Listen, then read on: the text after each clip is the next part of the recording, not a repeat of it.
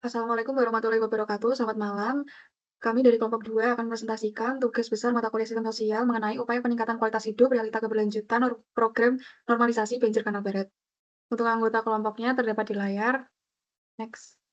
Overview wilayah Kota Semarang merupakan salah satu kota di Provinsi Jawa Tengah dengan 16 kecamatan dan 177 kelurahan dengan luas 373,78 km persegi dengan jumlah penduduk 1.694.740 jiwa.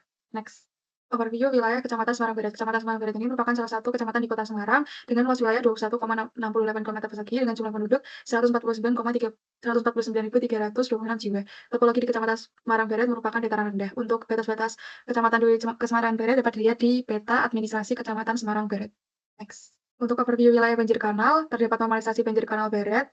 Bantaran banjir kanal barat adanya sedimentasi sehingga terjadi penyempitan sungai. Selanjutnya ada bendungan Simongan yang merupakan landmark di kawasan banjir kanal barat. Dan taman banjir kanal barat yang bentaranya dikembangkan menjadi taman kota, open space, atau tempat untuk olahraga bagi warga sekitar.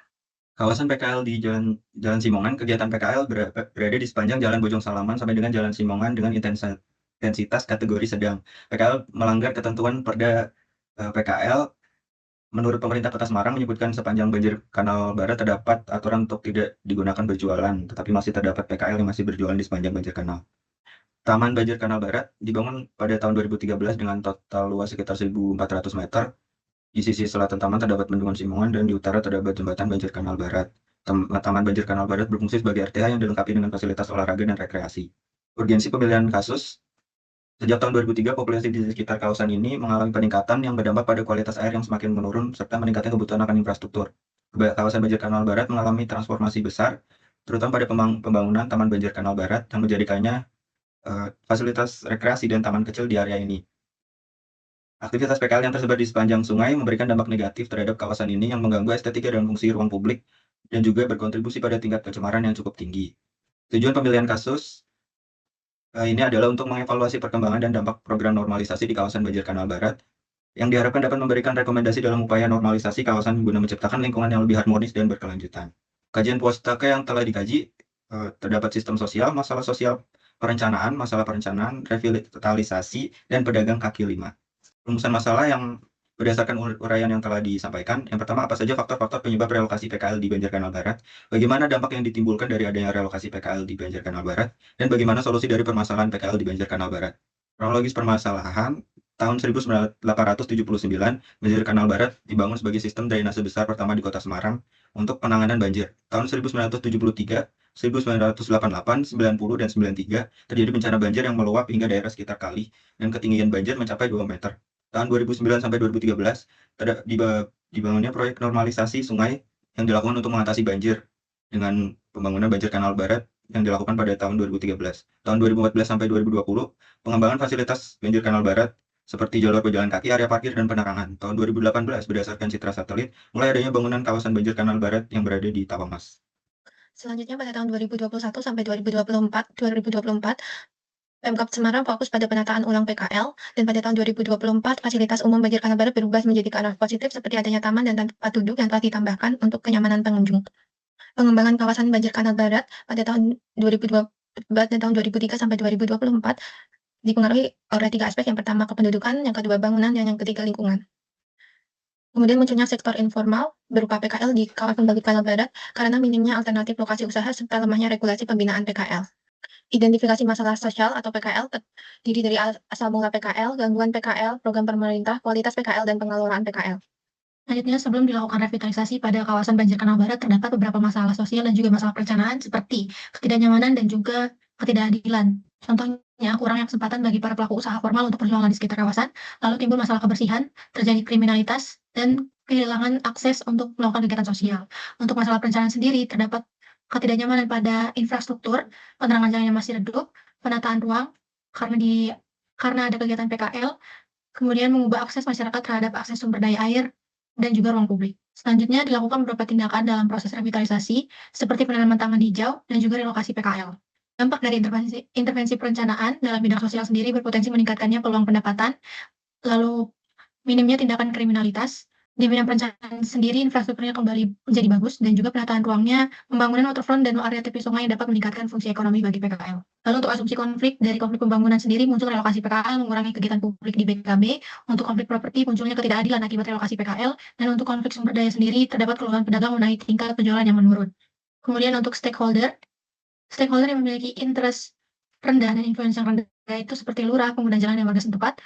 Stakeholder yang memiliki interest rendah namun influence yang tinggi, seperti kriminal, komunitas, masyarakat, dan juga pengunjung. Stakeholder yang memiliki interest tinggi dan juga influence yang tinggi yaitu BPBD, BBWS, Pemkot, Wali Kota, PKL, Perencana, dan Dinas Lingkungan Hidup. Kemudian untuk stakeholder yang memiliki interest tinggi namun influence yang rendah seperti camat, Satpol PP, polisi, petugas kebersihan, tukang parkir, dan juga Dinas PUPR. Selanjutnya untuk pohon masalah. Pohon masalah yang utama yaitu akuisisi lahan disebabkan oleh rendahnya pengawasan PKL di sepanjang Banjir Kanal Barat. Pohon tujuan. Pohon tujuan yang utama yaitu pengawasan PKL yang efektif dapat mencegah masalah akuisisi lahan di sepanjang Banjir Kanal Barat. Sosio-spasial proses. Spasial praktisnya itu ada aktivitas PKL. Pedagang kaki lima atau PKL memanfaatkan ruang di sekitar Banjir Kanal Barat untuk berjualan menciptakan interaksi ekonomi yang hidup di area tersebut. Yang kedua ada penggunaan lahan. Tepian Banjir Kanal Barat digunakan oleh warga sebagai jalur lalu lintas sehari-hari. Yang ketiga ada kepadatan dan mobilitas. Kepadatan aktivitas PKL dan pengguna jalan menyebabkan kemacetan dan mobilitas yang terbatas. Selanjutnya repression of space. Pemerintah kota merencanakan dan menetapkan area tersebut untuk berbagai fungsi sebagai kawasan hijau dan jalur transportasi. Kebijakan terkait pengembangan PKL dan penataan ruang ditetapkan untuk mengatasi permasalahan kemacetan dan kebersihan. Selanjutnya yang terakhir, referensial space. Warga mengalami langsung dampak dari penggunaan ruang seperti kemacetan, kebersihan yang buruk, dan keterbatasan ruang publik. Area sekitar Banjir Kanal Barat menjadi tempat interaksi sosial baik antara PKL dengan pelanggan maupun antar warga. Persepsi warga terhadap kualitas lingkungan di sekitar kanal dipengaruhi oleh kondisi aktual seperti kebersihan dan keamanan. Next, best practice. Contoh best practice-nya adalah contoh kasus PKL di kota besar Kairo. Kedua lokasi PKL berada di area strategis yang ramai dikunjungi. Keberadaan PKL di Banjir Kanal Barat dan Kairo menyebabkan kemacetan dan penumpukan sampah yang mengganggu lalu lintas dan kebersihan. Upaya relokasi di kedua kota saling menghadapi resistensi karena lokasi baru dianggap kurang menguntungkan dari segi aksesibilitas dan potensi pendapatan. Di Kairo, relokasi dilakukan dengan kebijakan penggusuran oleh polisi yang dapat menghentikan usaha kecil kapan saja. Pemerintah Kota Semarang berupaya merelokasi PKL ke tempat yang telah ditentukan. Contoh lainnya dari best practice adalah permasalahan di Sungai Pasig, Filipina. Sungai Pasig dan Banjir Kanal Barat memiliki tingkat pencemaran tinggi akibat penumpukan sampah domestik. Selain itu pencemaran diperparah dengan adanya permukiman kumuh, dan pemerintah Kota Semarang juga berupaya melakukan revitalisasi Banjir Kanal Barat dengan merelokasi pedagang kaki lima ke tempat yang sudah ditetapkan. Lesson learned. Penanganan pedagang kaki lima atau PKL dan revitalisasi area strategis membutuhkan pendekatan komprehensif yang mempertimbangkan tantangan sosial ekonomi. Relokasi PKL harus menjamin keberlangsungan mata pencarian dengan menyediakan lokasi alternatif yang strategis dan fasilitas pendukung. Aksesibilitas dan potensi pendapatan sangat penting untuk berhasil relokasi. Pendekatan humanis dan partisipasi aktivitas masyarakat lebih efektif dibandingkan kebijakan koersif. Keberhasilan program seperti ini, Sungai Pasig menunjukkan pentingnya kolaborasi antara pemerintah, masyarakat, dan organisasi non-pemerintah. Pemerintah perlu fokus pada infrastruktur pendukung, edukasi masyarakat, dan kebijakan berbasis dialog untuk mengatasi tantangan sosial ekonomi PKL secara berkelanjutan. Baik, untuk kesimpulannya, masalah-masalah sosiospasial yang ada sebelum revitalisasi menunjukkan bahwa diperlukan tindakan untuk meningkatkan kualitas hidup masyarakat sekitar. Akan tetapi ketika dilakukan intervensi kualitas hidup masyarakat belum sepenuhnya meningkat. Hal ini dapat disebabkan dengan adanya ketidaksesuaian implementasi rencana terhadap keinginan masyarakat, seperti relokasi PKL ke pasar yang kurang strategis. Diharapkan program ini dapat diatur kembali sehingga dapat menunjukkan kualitas hidup masyarakat yang lebih baik. Untuk rekomendasinya yang pertama, pemerintah Kota Semarang dapat melakukan pendekatan humanis kepada PKL setempat untuk pemindahan ke daerah semestinya. Yang kedua, pemerintah Kota Semarang dapat mengadakan event di kawasan sekitar Banjir Kanal Barat untuk memberikan tempat bagi para PKL berjualan dalam waktu tertentu saja. Yang ketiga, normalisasi yang dilakukan dalam periode tertentu untuk mencegah risiko banjir yang merugikan kawasan sekitar. Dan yang terakhir, pemeliharaan infrastruktur di kawasan Banjir Kanal Barat, mulai dari penambahan penerangan, tempat duduk, penjagaan dari aksi vandalisme, untuk menjaga estetika kota dan mengurangi tindakan kriminalitas pada remaja. Untuk linknya tertera untuk link video cerita di balik normalisasi Banjir Kanal Barat Semarang. Dan ini untuk daftar pustakanya.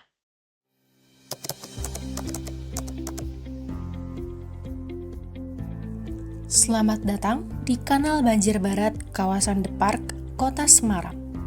Kanal Banjir Barat, atau yang lebih sering dikenal sebagai Banjir Kanal Barat, adalah salah satu saluran air utama di Kota Semarang yang dibangun untuk mengendalikan banjir. Kanal ini membentang dari wilayah Simongan hingga Tugu Muda dengan panjang sekitar 14 km. Sebagai salah satu ikon infrastruktur Kota Semarang, BKB kini bukan hanya berfungsi sebagai kanal pengendali banjir, tetapi juga menjadi pusat aktivitas warga. Program normalisasi banjir Kanal Barat dimulai pada sekitar tahun 2009 hingga 2010, sebagai upaya untuk meningkatkan kapasitas saluran air dalam mencegah banjir. program ini melibatkan berbagai perbaikan seperti pengurukan sedimentasi, pembangunan tanggul, dan penguatan tebing kanal. Selain itu, kawasan sekitar kanal juga mulai ditata ulang untuk meningkatkan fungsi estetika dan rekreasi. Tetapi, bagaimana realita dari dilaksanakannya program ini? Mari kita bahas lebih lanjut. Pagi hari merupakan waktu yang tepat bagi masyarakat untuk melakukan kegiatan rekreasi seperti berkumpul bersama komunitas, berolahraga, bahkan disediakan tempat untuk memancing. Kondisi jalan yang bersih dan luas di pagi hari dilalui oleh banyak kendaraan masyarakat. Namun, kondisi yang asri dan tenang ini berubah ketika hari sudah menjelang malam. Ruas jalan yang bersih dan cukup luas pada malam hari berubah menjadi lebih sempit dan ramai oleh para pedagang kaki lima. Pada waktu ini, muncul berbagai masalah yang dapat mengganggu kenyamanan masyarakat seperti pedagang kaki lima yang berada di sepanjang pinggir jalan raya memakan sekitar 1/4 dari lebar jalan. Dapat juga ditemukan pengunjung yang semakin ramai karena difasilitasi tempat duduk di sepanjang sungai dan dekat dengan PKL. Kemudian terdapat parkir liar, tumpukan sampah yang menutupi saluran drainase, hingga kriminalitas seperti kenakalan remaja yang melakukan kegiatan mesum karena tidak ada lampu yang menerangi taman di malam hari. Masalah-masalah sosial tadi juga diiringi oleh masalah spasial, seperti dapat ditemukannya coret-coretan pada rambu lalu lintas maupun infrastruktur seperti jembatan. Kemudian terdapat permukiman liar yang menurut warga sekitar sudah lama bertempatan di sana. Lalu, peletakan gerobak yang digunakan untuk berjualan yang disembunyikan di belakang halte. Di sisi lain, pandangan PKL mengenai BKB yang dijadikan lahan usaha justru cukup membantu mereka. Berdasarkan wawancara dengan salah satu PKL, kami mendapatkan bahwa tidak ditemukan adanya premanisme, terdapat biaya operasional bulanan dan izin sebelum melakukan usaha yang diberikan kepada pihak kelurahan. Berdasarkan pengamatan ini, wilayah Banjir Kanal Barat memerlukan perhatian lebih baik ke depannya agar manfaat dari program normalisasi dapat sepenuhnya dirasakan oleh masyarakat. Strategi yang dapat dilakukan ke depannya yaitu dengan memberikan pengawasan yang lebih tegas bagi para pelaku vandalisme, masyarakat yang menciptakan permukiman liar, dan kebersihan bagi para PKL. Dengan segala potensi dan tantangannya, Kanal Banjir Barat tetap menjadi simbol perjuangan Kota Semarang untuk menciptakan ruang publik yang lebih baik. Terima kasih telah menyaksikan video kami. Sampai jumpa di eksplorasi berikutnya. Oke, sekian presentasi dari kelompok 2. Terima kasih. Mohon maaf jika ada kesalahan tutur kata atau perbuatan. Wassalamualaikum warahmatullahi wabarakatuh.